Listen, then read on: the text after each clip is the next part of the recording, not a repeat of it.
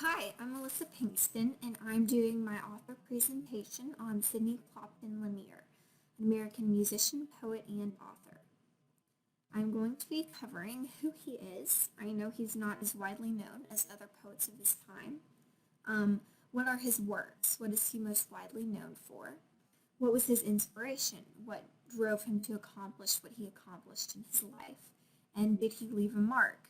Apparently he did because this presentation is on him. And then a summary. So to begin, who is Sidney Lanier?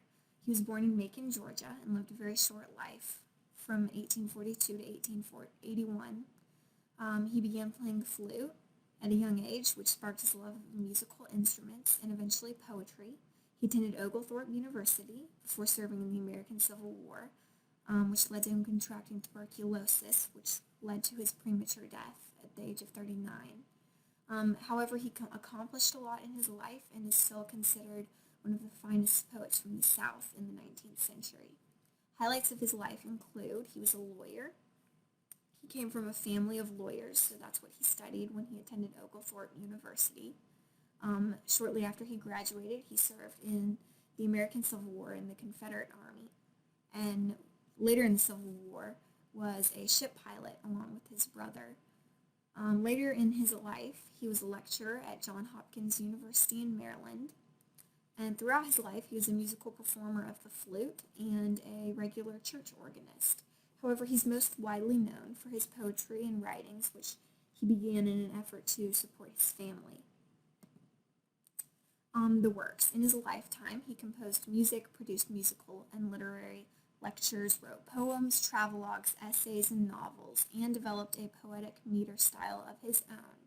Some of his greatest works include Tiger Lilies, a novel, The Marshes of Glen, a poem, The Song of the Chattahoochee, a poem, and The Symphony and Sunrise, poems as well. His world influenced his work. His homeland inspired him daily to write, and it became the topic of many of his poems. For example, Hymn of the Marshes and The Marshes of Glen were both written about the vast open salt marshes where he lived. And Song of the Chattahoochee reflects the Chattahoochee in Georgia as well. And Lake Lanier, named after him, has been found to be the subject of many of his other poems. So the poems that he wrote really reflected his love of the land where he lived. As well as that, his work influenced the world. The picture to the far left is of a monument dedicated to Lanier at Johns Hopkins University in Maryland, and it depicts him with a pencil and a notepad writing. And his flute is actually very close to him, though you can't see it in the picture. The next picture is of Lake Sidney Lanier, very close to my house, a beautiful place to camp at. It's one of the many places across America named after him. Other items include bridges, lakes, streets, counties, neighborhoods, and even a ship. So the next picture, elementary, middle, and high schools in Georgia, Florida, Alabama, Oklahoma, Texas, and Virginia have all been named after him.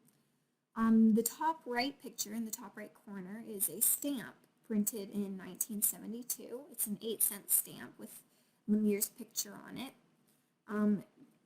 They're very interesting because there's still a bunch of them floating around out there today. A summary. Lanier's writing life contributed significantly to the arts in the 19th century. He was a poet, novelist, composer, lecturer, and critic, and all of those things really reflect his eclectic interests and his love of the land. Here's a quote by him. It says, "Let my name perish. The poetry is good poetry, and the music is good music, and beauty dieth not, and the heart that needs it will find it." I really like that quote. So this pretty much summarizes who Sidney Lanier was and what he accomplished in his life and what he's known for. On the next slide, I have, these are the websites that I used. I didn't directly quote any of the websites, but I used information from them, so that's good to have. So thank you for watching.